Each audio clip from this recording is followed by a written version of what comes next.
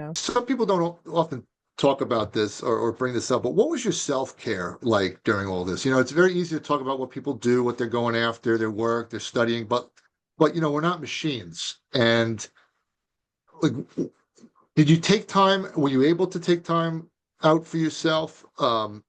To try to get your mind right. Like I know when I was in school, I kind of incorporated studying with the gym. I printed out everything. I brought it with me. The gym was something I had to do. I had to sweat out my frustration. I went on bike rides. I treated myself I created like a little like, reward system for myself for putting in a certain amount of work and then rewarding myself with, whatever hobby I'm into.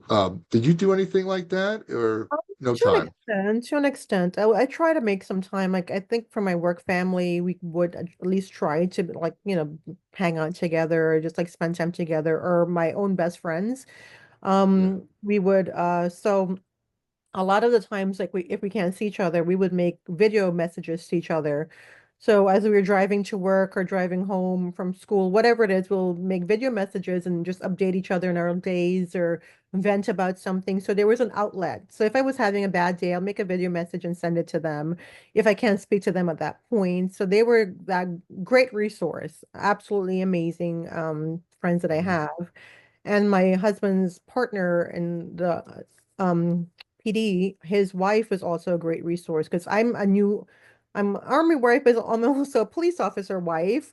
I So was actually going to get into that. Have you joined any kind of community for military wives and police wives? yeah, on Facebook I have police wives, but I have a book. I can't remember the name of the book right now that I'm going to start reading just to get. I think there was an adjustment when he came back, really understanding what it was like to be a police officer's wife. Yeah. But I think that came quickly to me. I'm like, okay, I'm used to him being away. So, Hmm.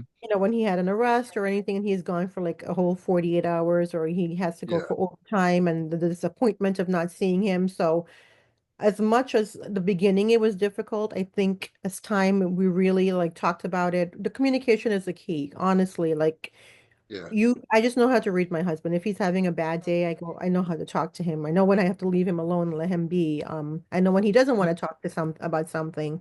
And that's really, I think, takes time and really that love and understanding that plays a huge role. And unfortunately, a lot of there's a high divorce rate for PD police officers. Yeah. So, they see a lot and the things he sees. And I think having also an EMT background and a army background because he's seen a lot in the field. So those things are not shocking to him. Like if he sees an accident and someone's in bad shape, I'm not going to say what happened, but Yeah. he's seen that in the field. So a brand new police officer coming out, they see that they're like, oh my God, it's just so much for them to take in and it's quite traumatic. But my husband has seen this before. As, Yeah.